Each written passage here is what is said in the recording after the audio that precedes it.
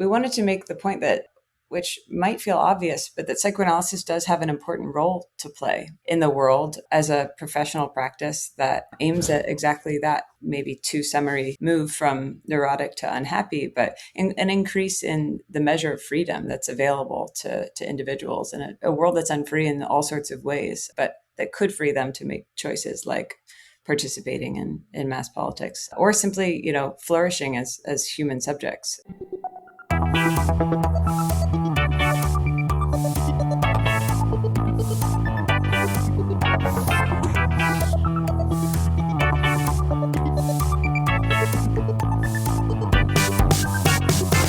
Milan ou Tripoli, Vilnius ou Benghazi, Paris, Moscou, on fait le bunga, bunga. Hello everyone, welcome back to BungaCast, the global politics podcast at the end of history. Happy New Year. I mean, you may already have heard a BungaCast episode this year, but this is definitely the first one we're recording collectively this year. So welcome back. Welcome back to us, I suppose. Hello, George. Happy New Year. I'm part of the us. Yes, welcome back, guys. Part of the us. I'm going to introduce our guests, whom you may have heard on the podcast before in just a second. But just to set this up, we're continuing our explorations on this podcast of the pre-political, which is also the title of the most recent print issue of Damage magazine, with whom we're partnered, our friends at Damage, issue 5, which is out now on the pre-political, which concerns the social fundaments on which politics is or indeed may be built, and on the way the sort of politics that exists today, which, as we've discussed many times on this podcast, is sort of everything everywhere all at once, how that penetrates into the social substrate. I might even kind of repeat the thing that I said a few episodes back on the pre-political about the way that there's political problems which have political solutions, which is straightforward. There are pre-political problems that have pre-political solutions, so that might have to do with artistic practice or, I don't know, relations with your neighbors or something like that, which you wouldn't necessarily submit to politics. But you also have things which are pre-political problems, which might have political solutions, as well as political problems, which might have pre-political solutions. Maybe that's something to bear in mind as we discuss today psychoanalysis and perhaps the problems with psychoanalysis' social turn. Now, Christie and Ricky are going to tell us about this. Christie Offenbacher, you may have heard on the podcast before, who was last on with fellow Damage editor Ben Fife in April 2024 for episode 405, Science Queen Nation. Christie works as a psychoanalyst in private practice at a public clinic in New York and teaches at the School of Visual Arts. She's an active member of NYC, Democratic Socialists of America. Hi, Christie. Great to have you back on. Thank you. Great to be back. And I'd like to welcome Ricky on for the first time, who's a psychoanalytic candidate in NYC. Hey, Ricky. Hey. It's great to see you again. Yes, indeed. We'll just keep chuckling and let the listener guess what that's about. Anyway, so we're discussing here, as I say, issue 5 of Damage, the pre-political, and specifically Christie and Ricky's article, The Regression in Psychoanalysis, Social Turn. To quote from the article, recent developments in psychoanalysis have sent analysts searching for solutions to issues far upstream of the critical encounter. This social turn in the field has led them no closer to solving social problems and further from working through the primary problems of the field itself.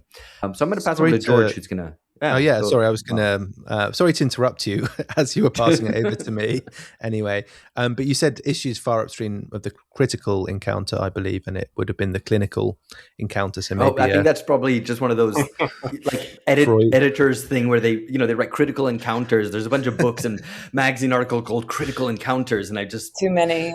have read too many of them, and I just spilled... Yeah, anyway, I guess that's a Freudian slip, but of a not very interesting kind. I think we can get onto some more interesting Freudian slips maybe throughout the course of the conversation. But yeah, thanks for kindly passing that over to me, Alex. So yeah, a lot to get through. I think it's a great article, and listeners, please do go and check it out in the issue 5 of Damage. But yeah, maybe just to get the ball rolling, could you expand a little bit on the account that you give in the article of the current state of psychoanalysis, and particularly for listeners who might not have read the piece yet or might be a bit less familiar with the kind of recent history of psychoanalysis? I can start. Our article is addressing a more recent current in psychoanalysis. There have been years of sort of social turns at different points of psychoanalysis history, which are maybe worth going into. Maybe Ricky wants to expand, but I'll just say we're kind of looking at the social turn as it manifests 2020 after. Or actually going back a bit before 2020, but 2020 was sort of the culminating point, where there's a increase of analysts who are particularly vocal in wanting to address a deficiency that they see in the field. And specifically, they're seeing that the traditional one-on-one encounter of analysand, and the theory which undermines the type of encounter that unfolds has come up short in ignoring the critical role that social forces play in individuals' lives. So the approach that they want to take to addressing this is twofold in our view. On the one hand, you have a theoretical revision where they want to correct a lack of attention that psychoanalysis has shown toward considering social facts. And they want to define specific mechanisms by which the social shows up in the psyche. And then they want to also address the technical interventions that come out of this theory, both in the clinical setting for those who are practicing psychoanalysis, experiencing psychoanalysis, and in the institutes as part of an effort to broaden the appeal of psychoanalysis beyond its typical supply of wealthy white practitioners and patients. Ricky, yeah, anything you want to add there? Well, I guess yeah, we might get into the a little bit into the history at another point, but in terms of this social turn, we use this article in Harper's by Maggie Doherty, where she talks about this conflict that's going on within psychoanalysis, and she's at a major psychoanalytic conference, and there's sort of two camps that she portrays, and one of them is like this, the old guard of psychoanalytic tradition, and then you have these reformers on the other side, and really these are kind of caricatures somewhat of they're both of these sides a bit, like you could, there's more than just these two camps, but that's the way she portrays it. So we wanted to kind of start out from that part of that point of conflict. So I was wondering where this is being played out, right? Because is this something really within psychoanalysis, within Freudian psychoanalysis, within psychiatry, perhaps more generally, within mental health as a field, perhaps, if you can term it that, within society as a whole? Because what Doherty alleges to you is that, basically they're not paying attention to, the practitioners aren't paying attention to social forces. And that's kind of surprising. You think, well, you would imagine that they would be a bit, but on the other hand, if we consider the way that, I don't know, kind of the prescription of psychiatric drugs, and indeed perhaps the overprescription of psychiatric drugs is a way of perhaps avoiding that. And so is that what they're addressing? Who is this at, right? Who is this addressed to, this critique addressed to? Well, I mean, it's a good question. I mean, I kind of see this as a bit of a straw man in a way, because there was actually this, and I think we're trying to come at it exclusively from like within psychoanalysis here, but of like this American psychoanalytic tradition that really focuses and emphasizes the individual and the family unit. It focuses on things like adaptation, but like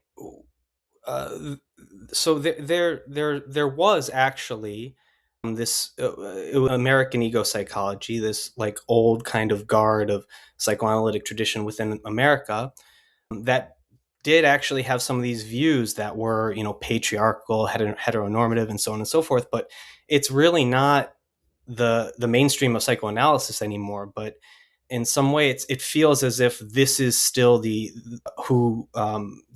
reformers are arguing against. So what you actually find is a lot of the stuff about these, the impact of social forces on people's lives have already been brought into psychoanalysis, and it seems as if they're arguing often against something from the past. Many such cases, you might say, actually. Yeah. I guess so a question that comes out of this is if this post 2020 psychoanalysis sees this kind of social turn, and maybe kind of overwrites its own history to a certain extent, because psychoanalysis is, as you say in the article, has always seen that there is there's a relationship between the individual and society. So it's not like this has never been thought of before. But what explains this? Why is it kind of this post 2020 change? Is it just a few kind of isolated cases, maybe people who have, were particularly caught up in a political moment around that time, or is it a wider kind of deeper change within the whole field? I think there's a couple things going on here. One that's important not to, and sorry, my cat is pressing up against the computer screen, so it's a little shaky, but I think it should be fine. I think there's a couple of things going on here. One of which is the fact that psychoanalysis is appearing to have a bit of a resurgence if you look at it in terms of like New York Times articles, or like this Harper's piece, or the creation of there's a new institute in New York. There's several different publications that have come out. Maybe Damage is one of them in recent years that are using psychoanalysis, but it's not clear that it's it's nothing like its heyday where I don't know, Ricky has some statistics where it was like, what is it, like 50% of... Like 50% of psychiatrists were analytically trained in the 50s and 60s. Yeah. Wow. It was really very much a part of the medical establishment. It was really embedded in what people expected as part of their kind of mental health regimen, at least in certain sections of society, but kind of broadly. And what do I want to say about this? It's become a marginal field, and it's much more like academia now. And it's become a place where people who were maybe previously pursuing careers as academics or artists, intellectuals of various sorts, are not finding careers in those places and are now shifting towards psychoanalysis. So there's a sort of, I think, something of it's become aligned with academia in a way that's become intensified. And so that's part of what's going on.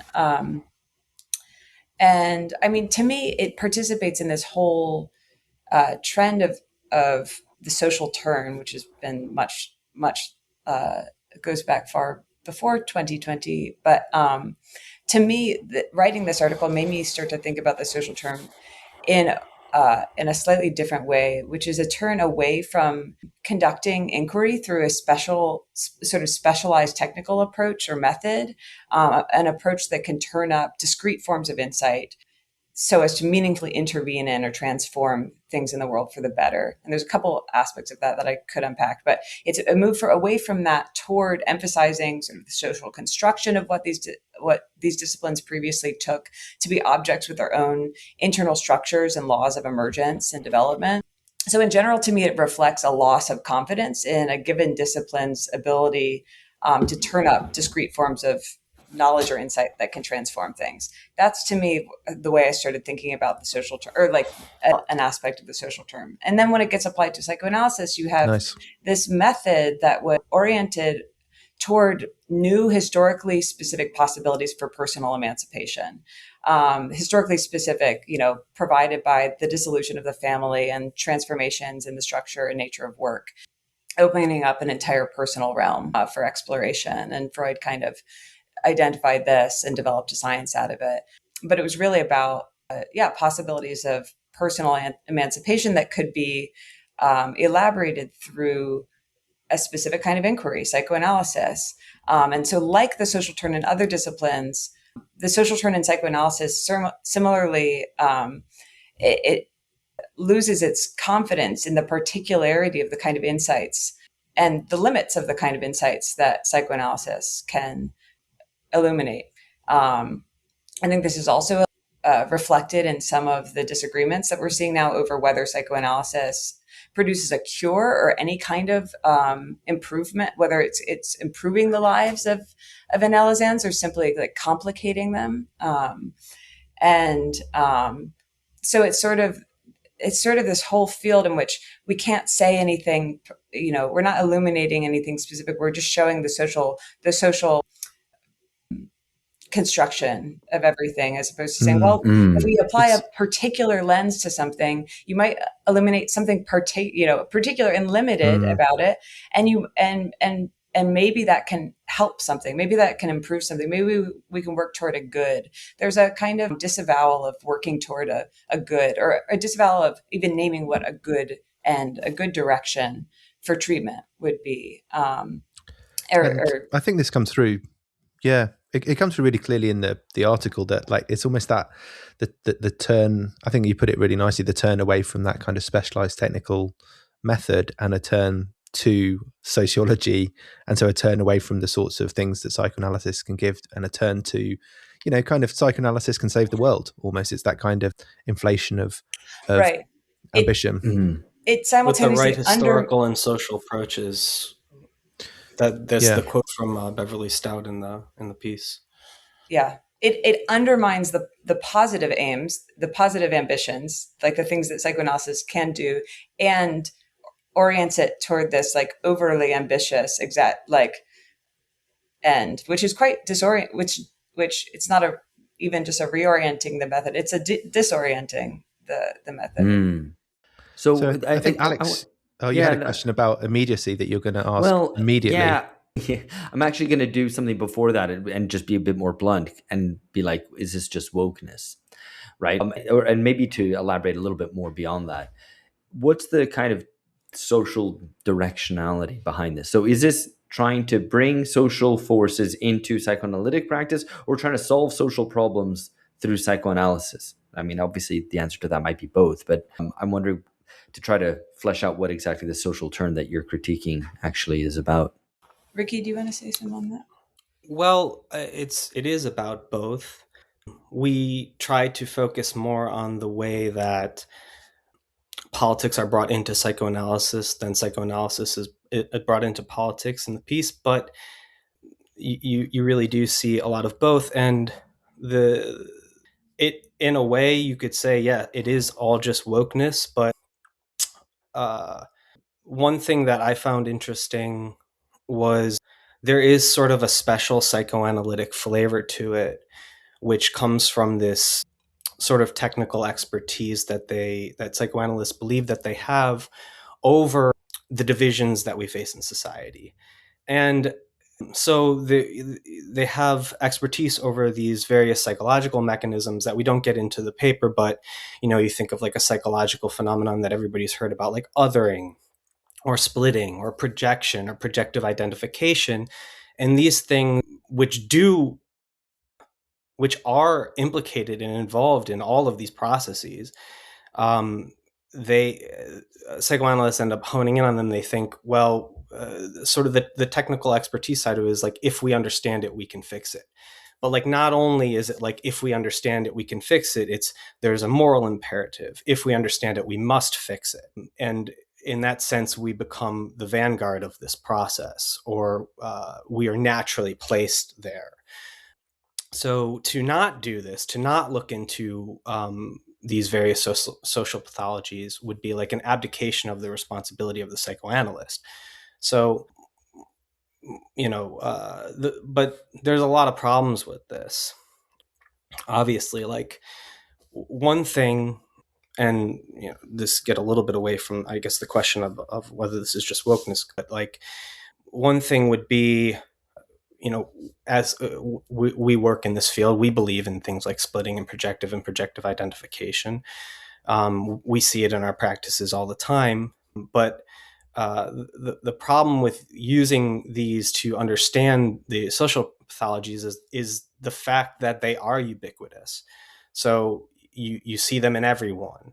And so when you're trying to understand something like racism or sexism or whatever it happens to be by analyzing splitting and projection, well, the problem with that is it doesn't in any way account for any historical specificity. You can't really make sense of anything if what you're talking about can be used to define everything and everyone.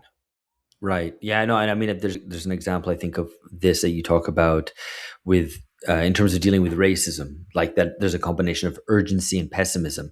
Racism is both inevitable and indissoluble, and on the other hand, the most pressing issue that must be dealt with and solved right now. And of course, that I guess I mean I was being a bit mischievous with my question about wokeness, but that would seem I think most people would identify that as like wokeness quite straightforwardly. But what's I think really interesting about what you're saying and detailing about the social turn is that it gets to wokeness, if we were going to continue using that term, in not just as content, like effectively like kind of progressive victim-centered identity politics, but it gets to something at a formal level of what wokeness is, and maybe that term is completely inadequate actually, because it's something deeper.